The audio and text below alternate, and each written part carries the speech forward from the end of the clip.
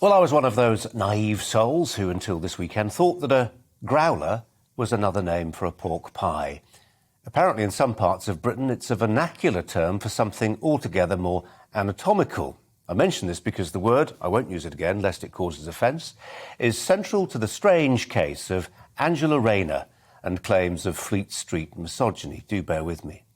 You'll remember that just over a week ago, the Mail on Sunday published a story suggesting that Labour's deputy leader had tried to distract the Prime Minister in the House of Commons by repeatedly crossing and uncrossing her legs. All hell broke loose. The paper's editor was summoned by the Speaker. Boris Johnson and Keir Starmer were united in condemning such patriarchal reporting and the sexist assumptions behind it.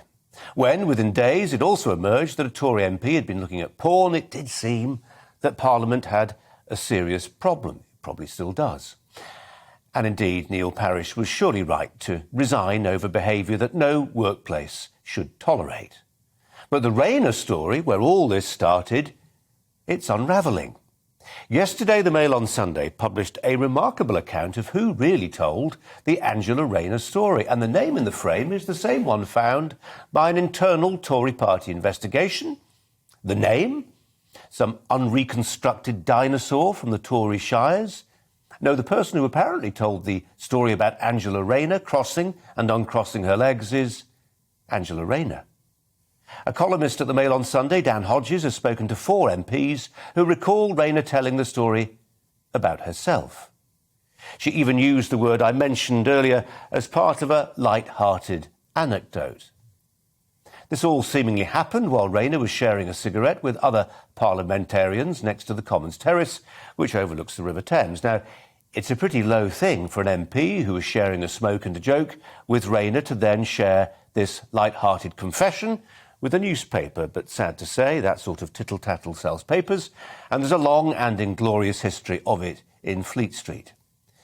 So let's assume those 4 MPs are right in their recollection. Where does that leave the allegations? Will the Speaker, Lindsay Hoyle, who's increasingly exhibiting a fondness for pomposity that John Bercow would recognise, now set about clearing this up?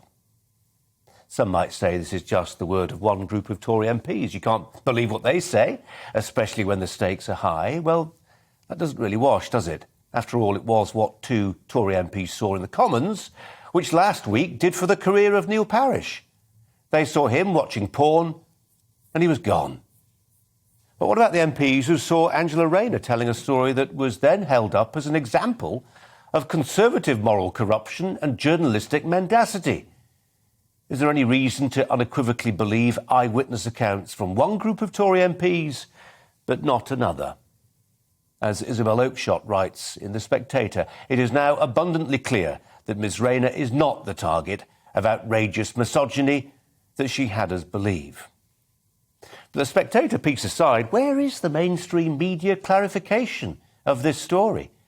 This isn't just a matter of setting the record straight. The Rayner story has been used as a prima facie example of why we need to outlaw misogyny. Yesterday, for instance, even as the Mail on Sunday was explaining what really happened, the Mirror carried a piece with a headline which ran, Angela Rayner basic instinct furore proves misogyny should be a hate crime.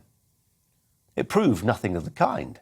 Misogyny exists, there is arguably a case for legislating against it, but the Rayner story published by the Mail on Sunday a week ago only proves one thing, that MPs say one thing in private to each other and one thing in public, just like the rest of us.